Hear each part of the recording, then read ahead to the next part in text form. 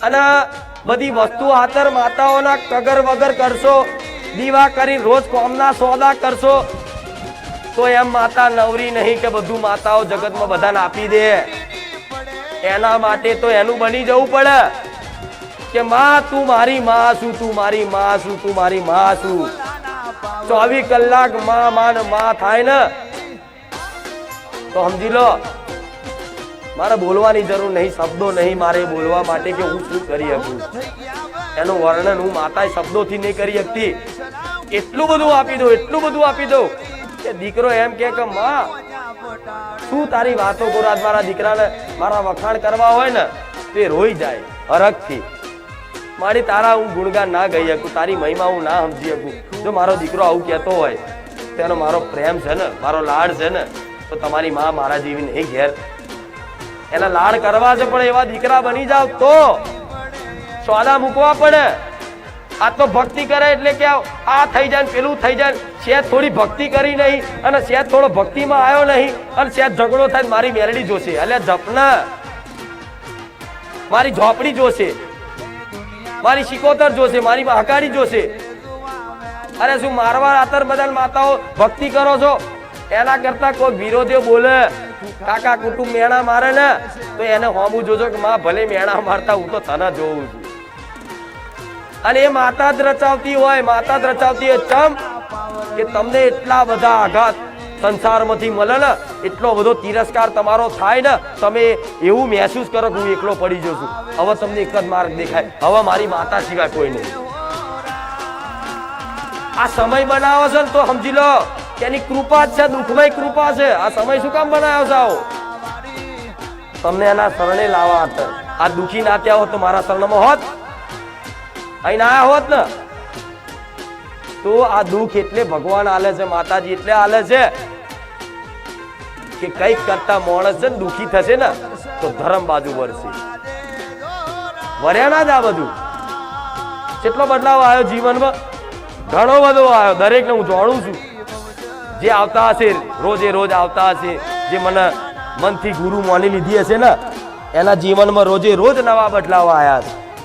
તો આ બદલાવની જીવનમાં જો થયા હોય ને તો તમારે એવું નહીં માનવું કે માતાની કૃપા થઈ કે નહીં.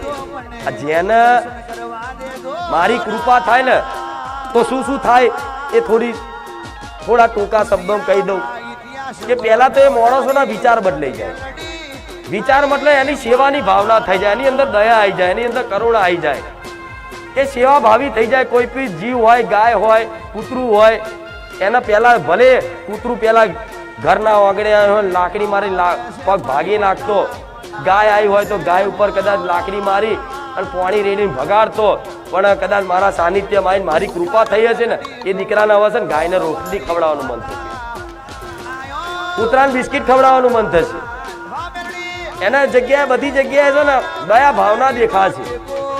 બધાને અંદર હાવ ભાવ બદલાશે, એનો સ્વભાવ બદલાવશે. પહેલા ચીડિયો સ્વભાવ હતો ને, પણ હવે શાંત સ્વભાવ થઈ અને બધા જોડે હળી મળીને રહેવાની કોશિશ કરશે. પણ આ બધી મારી કૃપા થઈ હોય ને તો જીવન બદલાય. સમજી લો, બધું પરિવર્તન થાય. હવે આ પરિવર્તન જેટલું તમારા થયું છે ને મારા સાનિધ્યમાં આવી, એ જે 6 મહિના ટક્યું હશે ને મારો અનુભવ હશે. બધાને જે 6 મહિના મારા સાનિધ્યમાં ટક્યું હશે એને ખબર હશે કે માં તારા ધામમાં આવવાથી અમારું આખું જીવન બદલાઈ ગયું. બદલાયું ને? હા, તો હવે આટલે સુધી હું માતા લઈને આવીશ તો શું તમને અધૂરા છોડ દઈશ? હું છોડ દઈશ? કહેવાય છે કે એક વખત દેવી શક્તિ હાથ હજાર લે ને એટલે એક સમય તમે છોડી દો, હું મેલડી નાખું.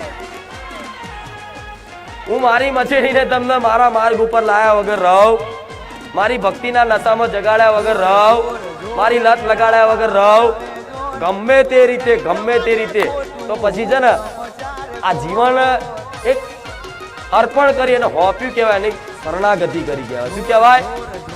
અને આવા કાળા કળિયુગમાં તમારથી તપસ્યા થાય, કોઈ ધ્યાન થાય, કોઈ જબરા ગુણદાન થાય, કોઈ હવાનો થાય ના થાય ને તો આજનો કળિયુગ જ એવો છે, જમાનો જ એવો છે. તમારે ભક્તિ કરવાની ઈચ્છા હશે ને તો એ હું માનું છું કે તમે નહીં કરી શકતા હો. મનથી તો બહુ ઈચ્છા છે કે માં બસ તારી ભક્તિમાં જ રસ છે. આવા બધું જગત બધું જે થવું એ થાય તો તું સંભાળ લઈશ, મને વિશ્વાસ છે.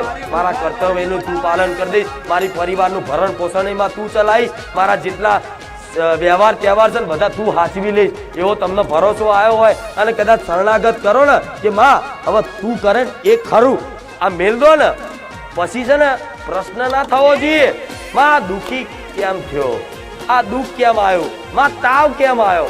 એક વાત કહું તમને, મારા દીકરાને ત્રણ દાડાથી છે ને શરદીને માથું ચડ્યું અને એને તે તાવ જેવું થયું.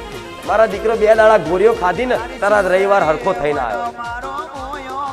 હવે તમને વિચારતો હતો કે માતાજી તમે આવા સાક્ષાત છો અને તમારા દીકરાને ગોળી ખાવી પડે.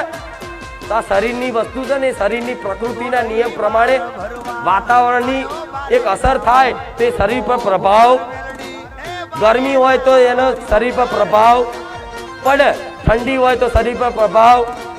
તો કદાચ મારો દીકરો નહીં, દુનિયાનો ગમે તેવો મોટો ભગત હશે ને, મોટો ભગત હશે ને, એને તે તાવય આવશે, પેટમાં દુખશે, બધું થશે. ચમ કે શરીર છે, તમારા શરીરમાં આવી પીડા થશે. ચમ કે તમે સંસારમાં છો અને પ્રકૃતિના નિયમમાં બંધાયેલા છો દરેક. એટલે તમારા જીવનમાં તે આ મારા દીકરાનો દાખલો છે. મારા દીકરાનું કહું તો બીજા પછી કહેવાની વાત જ નહીં આવતી.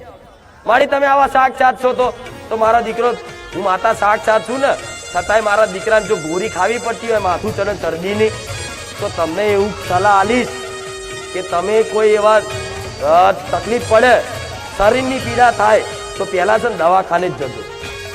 કેવું? પહેલા દવાખાને જ જજો અને દવાખાને જાઓ અને કદાચ કોઈ વાતે મટે નહીં પછી મારા જેવી મેળવીને પ્રાર્થના કરજો.